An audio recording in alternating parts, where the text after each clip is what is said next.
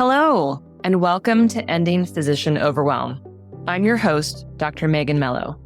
I'm a family and obesity medicine physician, as well as a certified life coach for physicians. In this podcast, we talk about how the learned habits of people-pleasing, perfectionism, and a lack of boundaries show up in our lives and how they contribute to burnout, exhaustion, and overwhelm.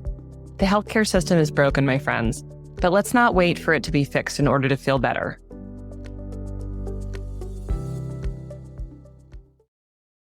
Well, hello, my friends, and welcome to another car edition of Ending Physician Overwhelm. This was not my intention, but let's just say that life is lifing, and I have to roll with it. So that's what we're doing today. And no harm, no foul. You have a life. Things happen to you. I know that you get where I'm coming from. But again, today we're in the car. Thankfully, the yard waste truck has passed. But here we are. So what we're talking about today is, what am I no longer willing to do?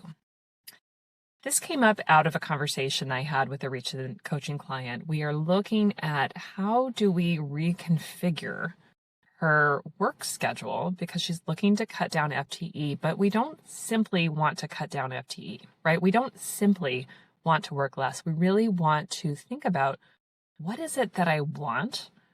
Where do I want to spend my time and energy?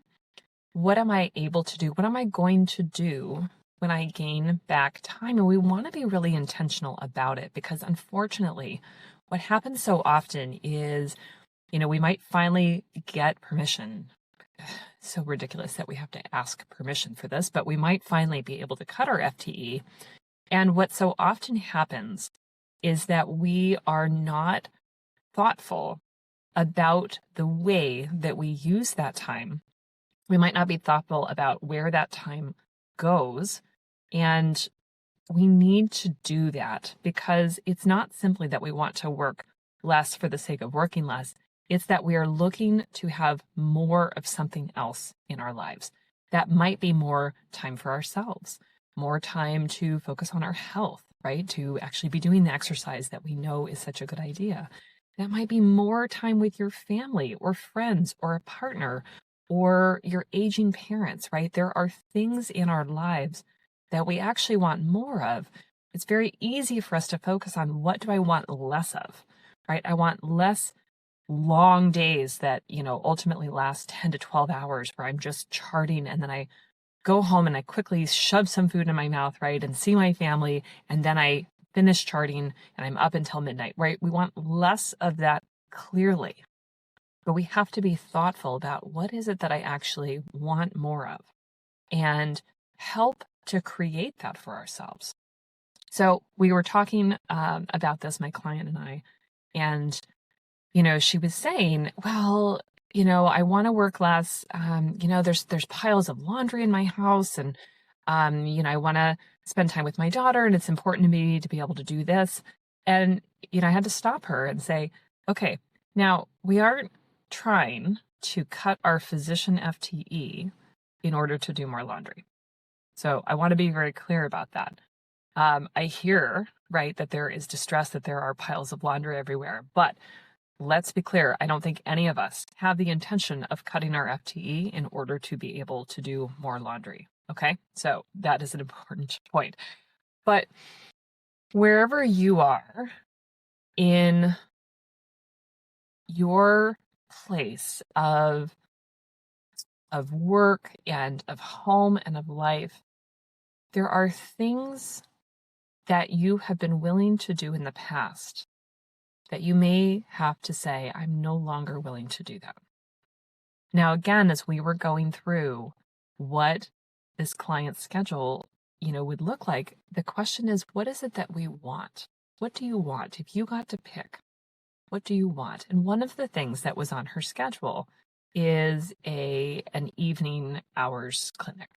So this person does some adolescent medicine, and out of courtesy, right, every provider in her clinic was doing an evening in clinic that went initially as late as 8, but more recently as late as 7. And that was really impacting her because of some issues that were going on at home.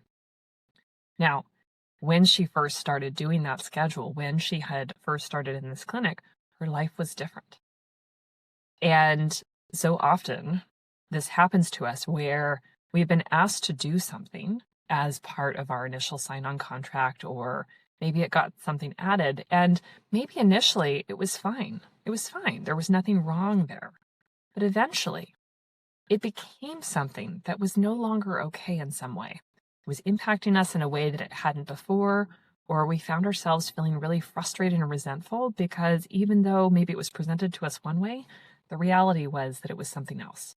How many times have we heard, oh, this new tool or this new policy is going to help us in this one way, but what ultimately happens is something very different. And because there is this disconnect between what we were told and what actually happens, and it's not going well, it's not serving us well, maybe it's not serving our patients well, it's adding to stress, whatever, right? That might be another instance where we are no longer willing to do something. So let's think through this in your life and think about different places where we might have to ask ourselves this question: what am I no longer willing to do? I was willing to do it then. I'm no longer willing to do it now. So when we think about work, now, many of us have felt that I really have no negotiation ability here. There's really nothing that I can ask for. They will not compromise on anything. Sometimes that is pretty true, right? We might be in an employed position where no one is allowed to have a schedule that's different. No one is allowed to start later or stop earlier, or, to work anything that's remotely flexible. Sometimes that is true. And I'm not suggesting here that that is not the situation for so many of us. But what I will say is negotiable is, okay, well, if that is the rule, that is the lay of the land in this place, what is negotiable is whether or not this place is still a good fit for me. Perhaps it was a good fit for me before. Perhaps this rigidity that has come in, or, that affects me in a different way than it did before, that has me feeling resentful and frustrated, maybe that's no longer a good fit. Maybe it started and it was more flexible and it has become more rigid and inflexible over time, and that no longer fits. Maybe you were more flexible because maybe you didn't have the things in your life, aging parents, young children, teenagers, a partner. Maybe there are different things that are going on now that weren't there before, and you are now no longer as flexible as you were. There's nothing wrong here. And we don't have to look back at what we were willing to do before and think that we were clearly wrong in order to say, this is not a good fit for me now. So I think it's important that as we are coming to this work, that we sit down and we think, what is important to me? What is important to me? What am I willing to negotiate and be flexible on? What am I not willing to negotiate and be flexible on? Because when you are clear with yourself, then you get to go into discussions. And it's true, maybe you won't get any wiggle room. Maybe they will not negotiate with something. If you have asked the question, if you have advocated for yourself, if you have been willing to do the uncomfortable thing and ask for things that are important to you, and you've been told no, maybe with a good reason, maybe not with a good reason. Maybe that's just the way we do things here. Maybe we can't do that for you because then we'd have to help out other people. Then you get to decide for yourself what is okay and what is not okay. What am I willing and not willing to do any further? So as you are thinking through this for yourself, think about your values. Think about safety concerns that have influenced your decisions, right? Think about the goals that you have for yourself. If your goal is to be more present for your family, whatever that looks like, and there is no negotiability in terms of flexible scheduling, and that doesn't work for you anymore, when you're clear on what's important to you in this phase of your life, it makes it so much easier to make decisions, right? When my client and I were working through this, the evening clinic wasn't as big a deal as some of the other things that she was interested in negotiating for as she was thought about reducing her FTE. So if we can maintain some flexibility, we can still ask, I would like to no longer do evening clinic. We can still ask that. But if that's not the most important thing, right, then that becomes our negotiation tool. I would be willing to continue working this evening. However, I want this other thing over here, right? Being able to know where you are and you're not willing to compromise is going to be really important going into those discussions. So think about that. Your goals, your values, where you feel safety is being compromised. I have another client who is an amazing surgeon. She does complex head and neck cancer surgery, right? Hours and hours long surgeries. One of the problems is that where she is located, she is very isolated from other people who can do the complexity. She does not have residents and fellows. And so these patients having these complex surgeries in this relatively isolated place, she is on the hook for round-the-clock checks on them again and again and again and again.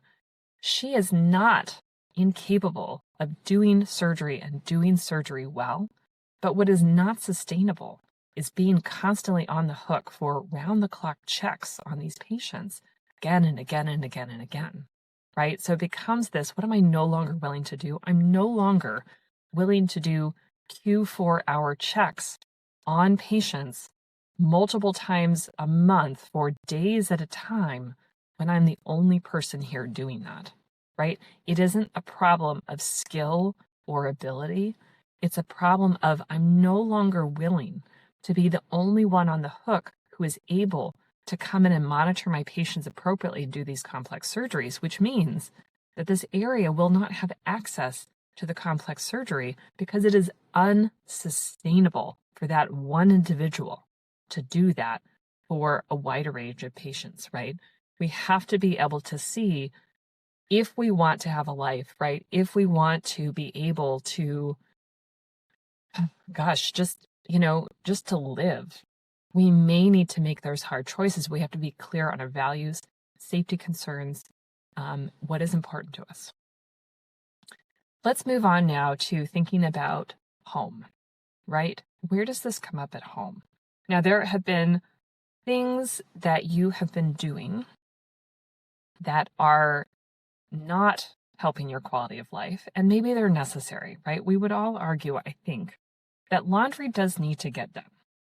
Unless you're in the habit of buying a new set of clothes every week, which I'm going to guess you're not, right? Laundry needs to be done. Now, if laundry brings you joy and it's not a big deal and hopefully you have help and it's simple and straightforward, then that's probably not the place you're going to go. But if you find yourself cutting hours in order to spend more time doing laundry, and it is breeding resentment and frustration because that's not why you cut your hours, that is not a good trade-off, right? You have been willing to do your own laundry or clean your own home or do your own yard work in the past because maybe in the past it was not a big deal. Maybe you had more time than you had money available to you. But what is the situation now? Do you want to be spending your free time doing those things? Or do you want to say, where I am in my life right now, I'm going to pay someone else to come and clean my house. I'm going to pay someone else to do my laundry. I'm going to pay somebody else to do all the really boring yard work that needs to be done because I don't want to spend my precious free time doing it. You are not, again, incapable of doing this, but you are no longer willing to spend so much of your own time and energy in order to be able to get those things done. Now, there are probably some things that you are finding yourself doing that might not need to be done by anyone. There are probably some things that could be done by another human who lives in your house. And I'm a big proponent of getting your kids and partners and any other humans that live in your house on board with starting to pick up tasks on their own. We think that we are such hardworking people. Oh, we don't want to have our kids do chores, right? Because we're already gone so much and we're stressed and, we don't have that lovely sort of stay at home mom thing and it's all a happy camping party, right? But your kids, no matter what, do need to learn some skills around taking care of themselves. I would argue if you live with a partner also who does not know how to do laundry or load the dishwasher or do anything useful, they need to know. If they are not able or willing to learn, that needs to tell you something, because you are no longer willing to be the only person who does all the housework. You are no longer willing to do that, right? You have to be clear on that. You have to figure out what are the solutions here, right? Whether that's another person who lives in the house, whether that's somebody else that you're going to pay to come in. But unless these things bring you great joy and hopefully minimal distress or duress or sucking your energy out, you need to make that decision in order to have the things that you want. Again, let's go back to the goals and the values that you have. We are not cutting FTE. We are not trying to just create more busy work at home. We are actually trying to have time and space in our lives for the things that are important to us, that we have been putting off because we have been so busy working at work, so busy working at home without really finding joy and space for ourselves in our lives. The next part where I want us to take a look at ourselves is, what am I no longer willing to accommodate in terms of relationships? Now, this could be in any arena of your life. Again, it can be in work relationships. It can be in romantic relationships. It could be in family relationships. What are you no longer willing to tolerate? It might have been okay at some points in your life. It is not okay now. I could go into too many details about this, so I think I'm going to just hold myself in there. But you think about where this comes up with patients. Maybe there have been things that you have been offering to patients in the past that you are no longer willing to do. Maybe you have let your visits run long. Maybe you have been, willing to do things that took you a lot of extra work in order to spare them from needing to go and see a different provider, or, have a referral of some kind. I know that myself as a primary care provider, sometimes in an effort to save someone from the inconvenience of needing to go to see someone else, I have taken on probably more than was reasonable. It's not that I was doing anything dangerous, but that it was taking up a lot of my time to figure out, how do I work this up thoroughly? How do I interpret these test results when they come back? How do I start to manage? Now, I've been willing to do that in the past for a variety of reasons, but I am no longer willing to do that, especially when I am fully able to send that other human to someone who is far more knowledgeable in that area than myself, and especially when it is not something that I want to choose to become better at. Again, in the lens of primary care, there are so many different directions that we could go.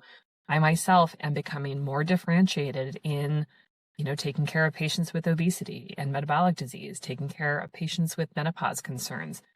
At this point in my life, I am less interested in taking care of teenagers and young people and, doing some of the things that I have done before. I have never been one who has been hot to trot on musculoskeletal medicine. I used to do cortisone shots all the time when that was something that was thought to be a great idea to do.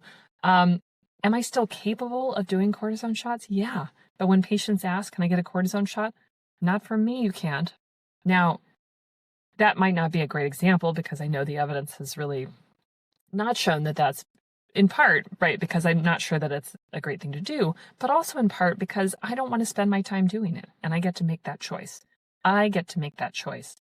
We so often will feel pressured to continue doing something that we have done, even if something about us has changed, or something about the procedure has changed, or something about the treatment plan has changed.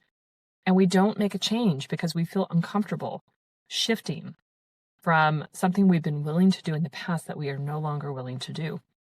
Another great example have been the shifts that have happened with opiate pain management since I was a resident. There were so many more patients on chronic opiate pain management, and now the shift has really happened that we're really, really, really carving down on that and digging ourselves out of the hole that this whole shift in medicine has been, right? So I'm no longer willing to start somebody even remotely on that path. I've gotten so much more conservative on hardly ever prescribing opiates for just about any reason. Now, that may be different if I was in different circumstances dealing with different patient population, but right now where I am, it is very easy for me to say I just don't prescribe those medications. Just easy. I realize in saying that, yeah, I'm pretty privileged there. And again, not all of us have that privilege to be that flexible, but there are places where you can be more clear on your values, and it is going to lead to uncomfortable conversations. Again, we could think of this in the patient arena. We can think about this at home. We can think about this with our extended family. What are you no longer willing to tolerate? What are you no longer willing to say yes to? It is a worthwhile conversation to have with yourself because, again, when we do not do this, when we are not clear on what is or isn't important to us, we will end up feeling frustrated, resentful, overwhelmed, overworked, and we cannot agree to do that anymore. So, my hope for you is that you'll sit down and you will think about this. What have I been willing to do in the past that I'm no longer willing to do? Thinking about this through the lens of what do I want for my life and my career, knowing that I don't have 100% control over all of the things, but in this sphere where I currently am, I have the ability to say more clearly what I am and I'm not willing to do. I have the ability to change choices, to not look back at my past decisions as being wrong or terrible or awful, but to say, I was willing to do this in the past, and now things have changed. Perhaps evidence has changed. Perhaps my life circumstances have changed. Perhaps something else. Perhaps you've just woken up and realized that you need to have better boundaries because you are drowning. All of these reasons are valid reasons to sit down and do this work. What was I willing to do before that I'm no longer willing to do? My friends, that's what I have for you today. I am heading off to a midday appointment with my child's pediatrician for a parent-only child visit that my pediatrician is not willing to do by telehealth. Now, I share this as an example. I don't love this. I don't love this on my side of things. I had to cancel clinic, but this is an important concern and I need to go talk to her. This is how we scheduled. They don't offer telehealth visits, or she doesn't offer them. I don't love it, again, but I also respect her ability as a physician to say, I don't do telehealth visits, full stop. She is in a situation where she can do that, and I respect that. So that's why I'm in my car right now. That's why it's the middle of a Monday, and I am heading off to go see her to talk about my child. This is real life. I know that you know that this is what happens, and let's all respect and honor what this means for each other. Yes, it is difficult. It's difficult for us to stand up and say what we're no longer willing to do. It is challenging when someone else presents a boundary and says, hey, I'm not willing to do that. I don't offer that. That is okay. I'm not going to get bent out of shape because she's made that decision. I decided, you know what, this is important. I really need to talk to her. And therefore, this is what I'm going to do because it affects the health of my child, right?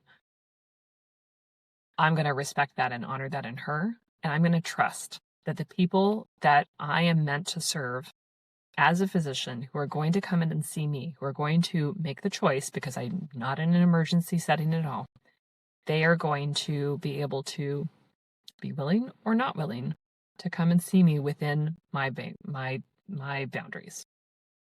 That's what I'm going with because, frankly, for such a long time, the ethos has been you are not allowed to have boundaries.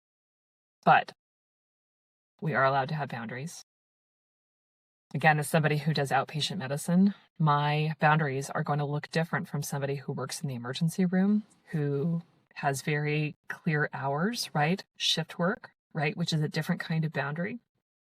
And that's going to be different from someone who is a hospitalist or a surgeon Again, there are different ways that this looks for our lives as physicians, but we need to figure out for ourselves, where are my boundaries compromised? What am I no longer willing to do?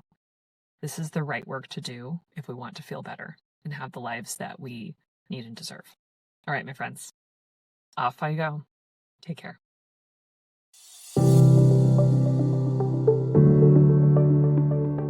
Well, that's our show for today. Thank you as always for listening. To learn more about my coaching programs, head to www.healthierforgood.com. And if you love this podcast, please drop us a review on iTunes or support the show by clicking the link in the show notes. Until next time, take care.